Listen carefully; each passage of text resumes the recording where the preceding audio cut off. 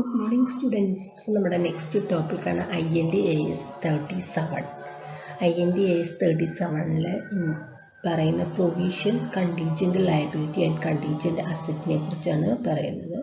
ഇത് നമുക്ക് ജസ്റ്റ് ഒന്ന് നോക്കിയാൽ മതി, ഡീറ്റെയിൽ ആയിട്ട് നോക്കേണ്ട പോർഷൻ ഒന്നും അല്ല. പ്രൊവിഷൻ എന്താണ്, കണ്ടീജന്റ് അസറ്റ് എന്താണ്, കണ്ടീജന്റ് ലയബിലിറ്റി എന്താണ് നമുക്ക് A provision, a liability of uncertain timing or amount. A provision എന്ന് പറഞ്ഞാൽ ലയബിലിറ്റി, നമുക്കൊരു ബാധ്യതയാണ് of uncertain timing or amount. ഉറപ്പില്ലാത്തൊരു സമയത്തെയോ ഏത് സമയത്താണ് ഹാപ്പൻ ചെയ്യാന്ന് ഉറപ്പില്ല, അതുപോലെ എമൗണ്ട് എത്രയാണ് എമൗണ്ട് എന്ന് ഉറപ്പില്ല, അങ്ങനെ വരുന്ന ഒരു ലയബിലിറ്റിനെയാണ് നമ്മൾ പ്രൊവിഷൻ എന്ന് പറയുന്നത്. ക്ലിയർ ആയോ? ഒരു ലയബിലിറ്റിയാണ് നമുക്ക്.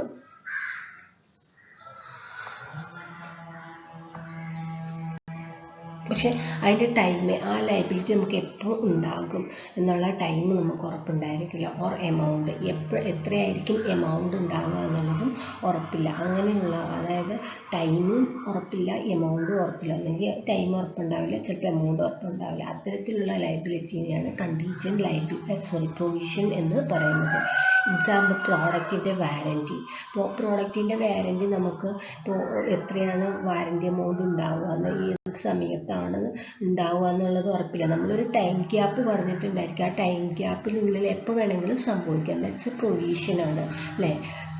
ഡിസ്പ്യൂട്ടഡ് ക്ലെയിം ഓഫ് കസ്റ്റമർക്ക് എന്തെങ്കിലും നഷ്ടം ഉണ്ടായിട്ട് ക്ലെയിം കൊടുക്കുകയാണ്, നമ്മൾ കേസ് കൊടുക്കുകയാണെങ്കിൽ അപ്പോൾ അതിൻ്റെ എമൗണ്ട് എത്രയാണെന്ന് നമ്മുടെ കമ്പനിക്ക് പെട്ടെന്ന് എക്സ്പെക്ട് ചെയ്യാൻ പറ്റുമോ? ഇല്ല. അത് കാൽക്കുലേറ്റ് ചെയ്തൊക്കെ നോക്കണം. അത് ഉറപ്പില്ലാത്ത എമൗണ്ടാണ്, എത്രയാണെന്ന് ഉറപ്പില്ലാതെ പലർക്കും പല രീതിയിലായിരിക്കും. ആൻഡ് ദെൻ അത് എപ്പോഴാണ് കൊടുക്കുന്നത് എന്നുള്ള കാര്യത്തിൽ നമുക്ക് ഉറപ്പില്ല. ആ കേസ് വരുന്ന സെറ്റിലാവുന്ന സമയത്തായിരിക്കും നമ്മൾ. Then post employee benefit. നമ്മുടെ എംപ്ലോയി റിലേഷൻഷിപ്പ് നമ്മൾ എപ്പോഴും എന്ത് ചെയ്യും, എംപ്ലോയിക്ക് ബെനിഫിറ്റ് കൊടുക്കുന്നുണ്ടായിരിക്കും. പോസ്റ്റ് എംപ്ലോയ്മെൻറ്റ് ബെനിഫിറ്റ്, അത് നാളെ ഫ്യൂച്ചറിൽ എത്രയായിരിക്കും സാലറി നമുക്കറിയില്ല അല്ലെ. ചിലപ്പോൾ അവിടെ പുതിയ സാലറി ഇൻക്രിമെൻറ്റ് സ്കെയിൽ വരാം. അത് എപ്പോഴാണ് വരുന്നത് അതൊന്നും നമുക്ക് അറിയില്ല. ചില കേസുകൾ മാത്രമാണ് നമ്മുടെ കൺട്രോളിലുള്ളത്. ചില കേസുകൾ കോമൺ ആയിട്ടുള്ള റൂൾസും റെഗുലേഷൻസും വരുമ്പോൾ മാറേണ്ടി വരും.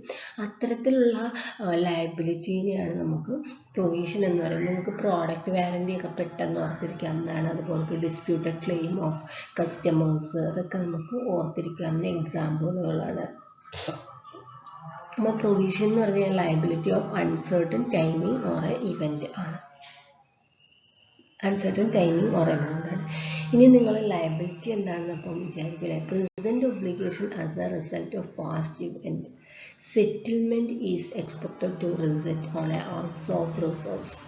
അതായത് പ്രസന്റ് ഒബ്ലിഗേഷൻ, നമുക്ക് ഇപ്പോഴത്തെ ഒരു ബാധ്യത as a result of past event, കഴിഞ്ഞു പോയ ഇവന്റിനെ വെച്ചിട്ട് നമ്മൾ ലയബിലിറ്റി എപ്പോഴും എഴുതുക. Settlement is expected to result in outflow of resource. അത് സെറ്റിൽ ചെയ്യുമ്പോൾ നമുക്ക് എന്ത് ചെയ്യും, റിസോഴ്സ് പോകും. പേയ്മെൻറ്റ് ചെയ്യുമ്പോൾ എന്ത് ചെയ്യും, നമ്മുടെ കയ്യിൽ നിന്ന് പോകും. ഫോർ എക്സാമ്പിൾ പറയുകയാണെങ്കിൽ, ഇപ്പം നിങ്ങൾ ബാലൻസ് ഷീറ്റ് എഴുതുന്ന സമയത്ത് നമ്മൾ ഔട്ട്സ്റ്റാൻഡിങ് ലയബിലിറ്റി എഴുതി വെക്കാറുണ്ട്.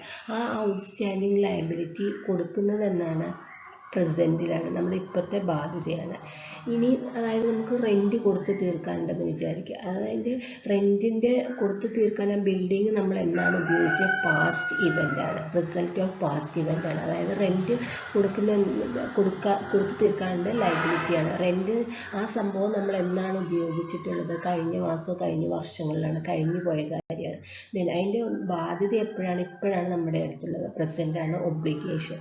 Then settlement is expected to result in outflow of A resource. നമ്മുടെ കയ്യിൽ നിന്ന് എന്ത് പോകും, ഉറപ്പായിട്ടും ക്യാഷ് പോകും അല്ലേ, അത് സെറ്റിൽ ചെയ്യുമ്പോൾ. That's a liability. Present obligation as a result of past event ആണ്. Settlement is expected to result in outflow of resource. Okay. Then നമുക്ക് കണ്ടീജന്റ് ലയബിലിറ്റിയാണ് നോക്കാനുള്ളത്. കണ്ടീജന്റ് ലയബിലിറ്റി നിങ്ങൾ കണ്ടീജന്റ് കോൺട്രാക്റ്റിംഗ് പഠിച്ചതാണ്. സോ ഇറ്റ്സ് വെരി സിമ്പിളാണ്. A possible obligation depending on whether some uncertain future event occurs. നമുക്ക് ഒരു സാധ്യമായിട്ടുള്ള obligation ഉണ്ടാകാം, നമുക്കൊരു ഒബ്ലിഗേഷൻ പോസിബിൾ ഒബ്ലിഗേഷൻ ഉണ്ട്, നമുക്കൊരു ഒബ്ലിഗേഷൻ ബാധ്യതയ്ക്കുള്ള ഒരു ചാൻസ് ഉണ്ട്. Depending on whether some uncertain future event of, നമുക്ക് ഉറപ്പില്ലാത്ത എന്തെങ്കിലും ഒരു കാര്യം സംഭവിക്കുകയാണെങ്കിൽ, ചിലപ്പോൾ സംഭവിക്കാം സംഭവിക്കാണ്ടിരിക്കാം, അങ്ങനെ ഒരു സംഭവിക്കുകയാണെങ്കിൽ ഉണ്ടാകുന്ന ഒബ്ലിഗേഷനാണ് കണ്ടീജന്റ് ലയബിലിറ്റി എന്ന് നമുക്കൊരു രീതിയിൽ പറയാം. അല്ലെങ്കിൽ present obligation but payment is not probable, നമുക്ക് ഇപ്പോഴത്തെ ഒബ്ലിഗേഷനാണ് പക്ഷെ പേയ്മെൻ്റ് എന്ന് പറയുന്നത് പ്രോബബിൾ അല്ല, നോട്ട് പ്രോബബിൾ, അതായത് കൊടുക്കാണ്ടിരിക്കുകയൊക്കെ ആവാം, ചാൻസ് കുറവാണ്. The amount cannot be measured reliably, വളരെ കൃത്യമായിട്ട് നമുക്ക് എമൗണ്ട് കാൽക്കുലേറ്റ് ചെയ്യാൻ കഴിയാത്തത്, അതൊക്കെ നമ്മൾ എന്താണ് കണ്ടീജന്റ് ലയബിലിറ്റി ആയിട്ടാണ് കൺസിഡർ ചെയ്യുന്നത്. അതായത് നമ്മളിപ്പോൾ പറഞ്ഞില്ലേ പ്രോഡക്റ്റിൻ്റെ വാറൻറ്റി, ആ എമൗണ്ട് എത്രയാണെന്ന് നമുക്ക് വളരെ കൃത്യമായിട്ടൊന്നും അറിയാൻ പറ്റില്ല. അപ്പോൾ അത്തരത്തിലുള്ള കണ്ടീജന്റ് ലയബിലിറ്റി എന്ന് പറയുന്നത് possible obligation depending on whether some uncertain future event, അതായത് നമുക്ക് ഒരു ഒബ്ലിഗേഷൻ കടപ്പാട് depending on whether some uncertain future event occurs, ഫ്യൂച്ചറിൽ എന്തെങ്കിലും ഉറപ്പില്ലാത്ത, നമുക്ക് നടക്കാണ്ടിരിക്കുകയും അത്തരത്തിലുള്ള നടന്നാൽ ഒബ്ലിഗേഷൻ ഉണ്ടാകുന്നത്. ഫോർ എക്സാമ്പിൾ പറയുകയാണെങ്കിൽ ഫ്യൂച്ചറിൽ ഇപ്പം കസ്റ്റമേഴ്സ് ഫ്യൂച്ചറിൽ ഇപ്പോൾ ഡിസ്പ്യൂട്ട് ഉണ്ടാവുകയാണെങ്കിൽ അത് സെറ്റിൽ ചെയ്യുകയാണെങ്കിൽ ഒബ്ലിഗേഷൻ ഉണ്ടാവും, അല്ല പോസിബിലിറ്റി ഉണ്ട് അവിടെ ഒരു ഒബ്ലിഗേഷൻ. ഇപ്പോൾ ഫ്യൂച്ചറിൽ സാലറി ഇൻക്രിമെൻറ്റ് സ്കെയിൽ വരികയാണെങ്കിൽ നമ്മൾ എന്ത് ചെയ്യും, നമുക്കൊരു പോസിബിൾ ഒബ്ലിഗേഷൻ ഉണ്ട്. അപ്പം may or may not be വരികയാണെങ്കിൽ അൺസർട്ടൺ ആണ് future event, that's then a present obligation but payment is not probable, ഇപ്പോഴത്തെ ഒരു ഒബ്ലിഗേഷൻ തന്നെയാണ്, കടപ്പാട് തന്നെയാണ്, പക്ഷെ പേയ്മെൻറ്റ് നോട്ട് പ്രോബബിൾ ആണ്, വളരെ ഉറപ്പില്ല. May or may not be കൊടുക്കാണ്ടിരിക്കുക, അതൊക്കെ നമ്മൾ contingent liability. The amount cannot be measured reliably, വളരെ കൃത്യമായിട്ട് നമുക്ക് എമൗണ്ട് കാൽക്കുലേറ്റ് ചെയ്യാൻ പറ്റാത്ത ലയബിലിറ്റികൾ ഉണ്ടായിരിക്കും, അത്തരത്തിലുള്ള ലയബിലിറ്റിനെയും നമ്മൾ കണ്ടീജന്റ് ലയബിലിറ്റി എന്നാണ്. അപ്പം obligation depending upon some future uncertain event, that's also possible obligation, സാധ്യമായിട്ടുള്ള obligation, some uncertain future event. One, that's the second one, present obligation but payment is not probable, payment probable alla. The amount cannot be measured reliable, വളരെ കറക്റ്റായിട്ട് amount കൃത്യമായിട്ട് calculate ചെയ്യാൻ കഴിയാത്ത കേസുകൾ, അത്തരത്തിലുള്ളതും contingent liability തന്നെയാണ്. Okay, clear ആയില്ലേ? Provision clear ആയി, liability clear ആയി, കണ്ടീജന്റ് ലയബിലിറ്റി ക്ലിയർ ആയിട്ടുണ്ട്. നെക്സ്റ്റ് നമുക്ക് കണ്ടീജന്റ് ലയബിലിറ്റീൻ്റെ എക്സാമ്പിൾ ഒന്ന് രണ്ടെണ്ണം നോക്കാം. ഞാൻ ഇപ്പോൾ ഓൾറെഡി പറഞ്ഞിരുന്നു, ക്ലെയിം എഗൻസ്റ്റ് ഫേമും ഫ്രം കസ്റ്റമറിൽ നിന്നോ എംപ്ലോയിന്നോ സപ്ലയറിൽ നിന്നൊക്കെ ക്ലെയിം ചെയ്യുകയാണെങ്കിൽ, അത് ഈ കസ്റ്റമറോ എംപ്ലോയിയൊക്കെ ഫേമിന് അഗൈൻസ്റ്റ് ആയിട്ട് എന്തെങ്കിലും ക്ലെയിം നഷ്ടപരിഹാരത്തിന് വേണ്ടിയിട്ട് കൊടുക്കുകയാണെങ്കിൽ ദാറ്റ്സ് കണ്ടീജന്റ് ലയബിലിറ്റിയാണ്. Liability of case pending in the court, ഏതെങ്കിലും കേസൊക്കെ കോർട്ടിൽ പെൻഡിങ് ഉണ്ടെങ്കിൽ, അതിൻ്റെ കോർട്ടിലുണ്ടെങ്കിൽ അതിൻ്റെ റിസൾട്ട് വരുമ്പോൾ, അല്ല കേസിൻ്റെ വിധി വരുന്ന സമയത്തായിരിക്കും അത് ലയബിലിറ്റി എത്രയായിരിക്കും എമൗണ്ട് എന്നുള്ളതോ, അല്ലെങ്കിൽ ഫ്യൂച്ചറിൽ എപ്പോഴാണ് വരുന്നതെന്ന് നമുക്ക് ഉറപ്പില്ല. അപ്പോൾ ആ തരത്തിലുള്ള ലയബിലിറ്റിയാണ് നമ്മൾ കണ്ടീജന്റ് ലയബിലിറ്റി എന്ന് പറയുന്നത്. ക്ലിയർ ആയില്ലേ?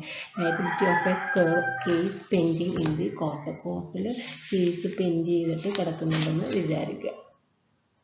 അപ്പോൾ ഇതാണ് കണ്ടീജന്റ് ലയബിലിറ്റി എന്ന് പറയുന്നത്. ക്ലിയർ ആയില്ലേ? Contingent liability. ഇനി നമുക്ക് കണ്ടീജന്റ് അസറ്റ് ആണ് വരുന്നത്. A possible asset that arises from past event, അതായത് ഒരു അസറ്റ് വരികയാണ് പാസ്റ്റ് ഇവൻറ്റിൽ നിന്ന്, അതായത് എന്തെങ്കിലും കഴിഞ്ഞു പോയ ഒരു കാലത്ത് ലയബിലിറ്റി വരുന്നതാണ്, നമുക്കൊരു അസറ്റ് കിട്ടുകയാണ്. And whose existence will be confirmed only by the occurrence or non occurrence one or more uncertain future events. പിന്നെ അത് അസറ്റ് ആയി മാത്രം പാസ്റ്റ് ഇവൻറ്റിൽ നിന്ന് വന്നാൽ മാത്രമല്ല, അതിൻ്റെ existence will be confirm only by the occurrence or non occurrence of uncertain future events. സാധ്യമാകുകയോ ഒക്കർ ചെയ്യാണ്ടിരിക്കുകയോ ചെയ്യുന്ന one or more uncertain future ഇവൻറ്റിനെ റിലേറ്റ് ചെയ്തിട്ടായിരിക്കണം ഈ അസറ്റ് വരുന്നത്. ഒരു അസറ്റ് നമുക്ക് വരികയാണ് പാസ്റ്റ് ഇവൻറ്റിൽ നിന്ന്, then and whose existence will be confirmed only by the occurrence or a non-occurrence of a one or more uncertain future events. അതിൻ്റെ ഹൂസ് എക്സിസ്റ്റൻസ് നിലനിൽപ്പ് എന്ന് പറയുന്നത് ഫ്യൂച്ചറിൽ ഒരു കാര്യം സംഭവിക്കുകയോ സംഭവിക്കാണ്ടിരിക്കുന്നതിൽ നിന്ന് ആയിരിക്കും എക്സിസ്റ്റൻസ് നിലനിൽക്കുന്നത് and not wholly within the control of the entity. ഇത് മൊത്തത്തിൽ ഇതിൻ്റെ എല്ലാ കാര്യങ്ങളും എന്ത് ചെയ്യണം, എൻറ്റിറ്റിയുടെ കൺട്രോളിൽ ആയിരിക്കരുത്. അതായത് നമ്മുടെ കൺട്രോളിലാണ് നമുക്ക് എന്ത് ചെയ്യുക, അങ്ങോട്ടും ഇങ്ങോട്ടൊക്കെ മാറ്റിയിട്ട് അത് അസറ്റാക്കി മാറ്റുക. അപ്പം മൊത്തത്തിൽ ഒരു അസറ്റ് നമുക്ക് കിട്ടുകയാണെങ്കിൽ എവിടെ നിന്നാണ് വരുന്നത്, അവരുടെ കയ്യിൽ കൂടെ കൺട്രോൾ ഉണ്ടായിരിക്കണം. not only the control of the entity, then occurrence or non-occurrence ഉണ്ടായിരിക്കണം uncertain future eventനെ വെച്ചിട്ട്.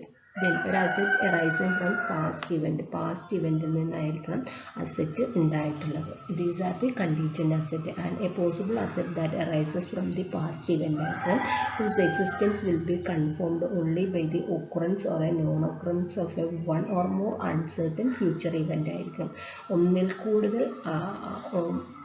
ഒന്നോ അതിൽ കൂടുതൽ ഫ്യൂച്ചർ ഇവൻറ്റിൻ്റെ സംഭവിക്കാണ്ടിരിക്കുന്നതിനെ ഡിപ്പെൻഡ് ചെയ്തിട്ടായിരിക്കണം ഈ അസറ്റ് വരുന്നത്. Then it's not fully control of the entity. നമ്മുടെ കയ്യിലായിരിക്കരുത് മൊത്തം കൺട്രോൾ. നമ്മുടെ കയ്യിലാണെങ്കിൽ എന്ത് ചെയ്യുക, നമുക്കത് മാറ്റി തിരുത്തി എഴുതിയിട്ട് എങ്ങനെ വേണേലും ആക്കാം. അപ്പോൾ അത് എവിടെ നിന്നാണ് അസറ്റ്, ഇപ്പോൾ എക്സ് ലിമിറ്റഡിനും വൈ ലിമിറ്റഡിൻ്റെ കയ്യിൽ നിന്നാണ് ഒരു അസറ്റ്, ഇങ്ങനത്തെ കണ്ടീജൻ്റ് അസറ്റ് വരാനുള്ളെങ്കിൽ ഫുൾ കൺട്രോൾ എക്സ് ലിമിറ്റഡിൻ്റെ കയ്യിലായിരിക്കരുത്, വൈ ലിമിറ്റഡിനും അതിന് കൺട്രോൾ ഉണ്ടായിരിക്കണം. എന്നാൽ മാത്രമാണ് എന്ത് ചെയ്യാൻ പറ്റുള്ളൂ, which considered as a contingent asset. അപ്പോൾ പാസ്റ്റ് ഇവൻറ്റിൽ നിന്നായിരിക്കണം occurrence or non occurrence which is depend upon the uncertain future event ആയിരിക്കണം, not only within the control of the entity. Okay,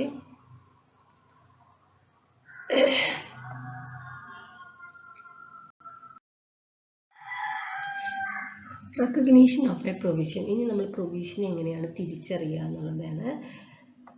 നമ്മൾ പ്രൊവിഷൻ എന്താണെന്ന് പറഞ്ഞിരുന്നു, പ്രൊവിഷൻ എങ്ങനെയാണ് തിരിച്ചറിയുക. An entity must recognise for if and only if താഴെ പറയുന്ന condition satisfy ചെയ്താൽ മാത്രമാണ് it's considered as a provision. A present obligation has arisen as a result of past event. അതായത് ഒരു പ്രസൻറ്റിലോ ഇപ്പോഴത്തെ ഒബ്ലിഗേഷൻ ലീഗൽ ഓർ കൺസ്ട്രക്റ്റീവ്, നിയമപരമായിട്ടോ അല്ല നമ്മൾ ഉണ്ടാക്കിയിട്ടുള്ള അല്ലാതെ ഉണ്ടായിട്ടുള്ള ഒബ്ലിഗേഷൻ ആവാം. അതായത് റിസൾട്ട് ഓഫ് എ പാസ്റ്റ് ഇവൻറ്റിൽ നിന്ന് ആയിരിക്കണം. Payment is a probable, more likely than not. അതായത് പ്രോബബിൾ എന്ന് പറയുമ്പം എന്തായിരിക്കും, സാധ്യം അല്ലാണ്ടിരിക്കുകയാണ്. May or may not be നമ്മളുണ്ട്. അതായത് മേ ഓർ മേ നോട്ട് ബിയിലെ മേ ആയിരിക്കണം കൂടുതൽ, അതായത് മോർ ലൈക്ലി ദാൻ നോട്ട്. കൊടുക്കാണ്ടിരിക്കുന്നതിലേറെ ചാൻസ് എന്തായിരിക്കണം, കൊടുക്കുന്നതിനായിരിക്കണം ചാൻസ്, കിട്ടുന്നതിനായിരിക്കണം. അല്ലെങ്കിൽ നമുക്ക് കൊടുക്കാണ്ടിരിക്കുന്നതിലേറെ കൊടുക്കാനുള്ള ചാൻസ് ഉണ്ടായിരിക്കും. കൊടുക്കുമ്പോൾ മാത്രമേ നമുക്ക് എന്തുണ്ടാവുള്ളൂ, ഒബ്ലിഗേഷൻ ആവുള്ളൂ. സോ ദാറ്റ്സ് അങ്ങനെ ഒരു സിറ്റുവേഷൻ ഉണ്ടെങ്കിൽ that's considered as a provision. Present obligation, ഇപ്പം എംപ്ലോയി ബെനഫിറ്റ് കൊടുക്കാനുള്ളതാണ് present obligation. Arisen as a result of a past ഇവൻറ്റിൽ നിന്നായിരിക്കും വരുന്നത്. പേയ്മെൻറ്റ് ഈസ് പ്രോബബിൾ സാധ്യമാണ്, മോർ ലൈക്ലി ദാൻ നോട്ട്. അതായത് കൊടുക്കുന്നതിനായിരിക്കണം ചാൻസ് കൂടുന്നത്, കൊടുക്കുന്നതിനായിരിക്കണം 90% ചാൻസ് അല്ല 80% ചാൻസ്, കൊടുക്കാണ്ടിരിക്കുന്നതിനൊരു കുറച്ച് ചാൻസേ ഉണ്ടായിരിക്കുള്ളൂ. കൊടുക്കുമ്പോൾ മാത്രമാണ് ഇറ്റ്സ് എ ഒബ്ലിഗേഷൻ ആയി മാറുള്ളൂ. And the amount can be estimated reliability. വളരെ കൃത്യമായിട്ട് നമുക്ക് കണക്കാക്കാൻ കഴിയണം ഈ എമൗണ്ട്, എന്നാൽ മാത്രമേ it's considered as a provision. Okay, അപ്പോൾ നമുക്കൊരു ലയബിലിറ്റി ഉണ്ടെങ്കിൽ അത് പ്രൊവിഷനായിട്ട് കൺസിഡർ ചെയ്യണ present obligation arising from past event ആയിരിക്കണം. പേയ്മെൻറ്റ് എന്ന് പറയുന്നത് പ്രോബബിൾ ആയിരിക്കണം, that is more likely than not. അതായത് കൊടുക്കുന്നതിനായിരിക്കണം ചാൻസ്, മോർ കൂടുതൽ ലൈക്ലി ദാൻ നോട്ടിനെ കഴിഞ്ഞും കൂടുതൽ. കൊടുക്കാണ്ടിരിക്കുന്നതിലേറെ ചാൻസ് ഇതിനായിരിക്കണം, കൊടുക്കുന്നതിന് ആയിരിക്കും. കൊടുത്താൽ മാത്രമല്ലേ ഒബ്ലിഗേഷൻ ആവുള്ളൂ. So and the amount can be estimated really, വളരെ കറക്റ്റായിട്ട് എമൗണ്ട് കാൽക്കുലേറ്റ് ചെയ്യാൻ കഴിയണം. ഇങ്ങനെയാണെങ്കിൽ മാത്രമാണ് it's considered recognition of a പ്രൊവിഷനായിട്ട് നമ്മൾ റെക്കഗ്നൈസ്ഡ് ചെയ്യുള്ളൂ, ഐഡൻറ്റിഫൈ ചെയ്യുള്ളൂ.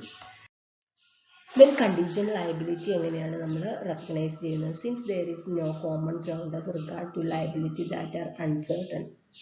അപ്പോൾ ഏത് ലയബിലിറ്റിയാണ് അൺസർട്ടൺ, എപ്പോഴാണ് പോസിബിൾ എന്നൊന്നും നമുക്കറിയില്ല. So there is no common ground or common foundation ഒന്നുമില്ല, കോമൺ ആയിട്ടൊരു റൂളൊന്നുമില്ല ലയബിലിറ്റി ആണെന്ന് IAS 30 also deal with contingencies. It requires that entity should not be recognized contingent liability. നമുക്ക് ഒരിക്കലും contingent liability ഇന്നതാണെന്നും പറഞ്ഞിട്ട് തിരിച്ചറിയാൻ കഴിയില്ല. Entity should not be recognized contingent liability. താഴെ പറയുന്നതാണ് contingent liability എന്ന് പറയാനൊന്നും കഴിയില്ല. അതൊക്കെ എപ്പോൾ വേണമെങ്കിലും പോസിബിൾ ആവാൻ, but should disclose them by the way notes below the balance sheet. ഇത് വേ നോട്ട്സ് എന്നാട്ടോ, ഇവിടെ ഒരു സ്പേസ് കൊടുക്കുക കേട്ടോ. അപ്പോൾ ബട്ട് ഷുഡ് ഡിസ്ക്ലോസ്, പക്ഷെ നമ്മൾ എന്ത് ചെയ്യും, ബാലൻസ് ഷീറ്റിൽ താഴെ ഒരു നോട്ടായിട്ടാണ് കാണിക്കുക. Unless the possibility of outflow of economic resources remote.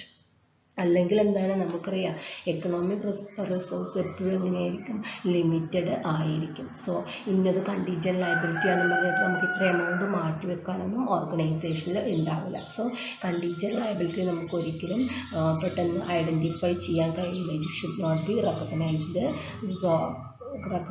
Should not recognize, നമുക്ക് തിരിച്ചറിയാൻ കഴിയില്ല. So but we can disclose it's in the under the balance sheet way of note. ഒരു നോട്ടായിട്ട് നമ്മൾ എന്ത് ചെയ്യുന്നുണ്ട്, വേ ഇവിടെ ഒരു സ്പേസ് കൊടുക്കട്ടോ, വേ നോട്ട്സ് ആയിട്ട് നമ്മൾ എന്ത് ചെയ്യുന്നുണ്ടായിരിക്കും, ബാലൻസ് ഷീറ്റിൽ കാണിക്കുന്നുണ്ടായിരിക്കും. ക്ലിയർ ആയില്ലേ? അതായത് കണ്ടീജന്റ് ലയബിലിറ്റി ഇന്നതൊക്കെ കണ്ടീജന്റ് ലയബിലിറ്റി ആയിരിക്കും അടുത്ത വർഷം എന്ന് പറഞ്ഞ് നമുക്ക് എന്ത് ചെയ്യാൻ പറ്റും,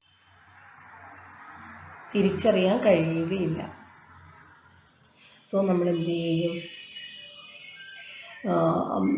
ഇറ്റ് ഷുഡ് നോട്ട് ബി, അപ്പോൾ എന്ത് ചെയ്യും, ഷുഡ് നോട്ട് റെക്കഗ്നൈസ് ചെയ്യാൻ കഴിയില്ല. സോ ഇറ്റ്സ് ഒരു നോട്ടായിട്ട് എന്ത് ചെയ്യും, അണ്ടർ ബാലൻസ് ഷീറ്റിൻ്റെ താഴെ നമ്മൾ കൊടുക്കുന്നുണ്ടായിരിക്കും. ഓക്കെ.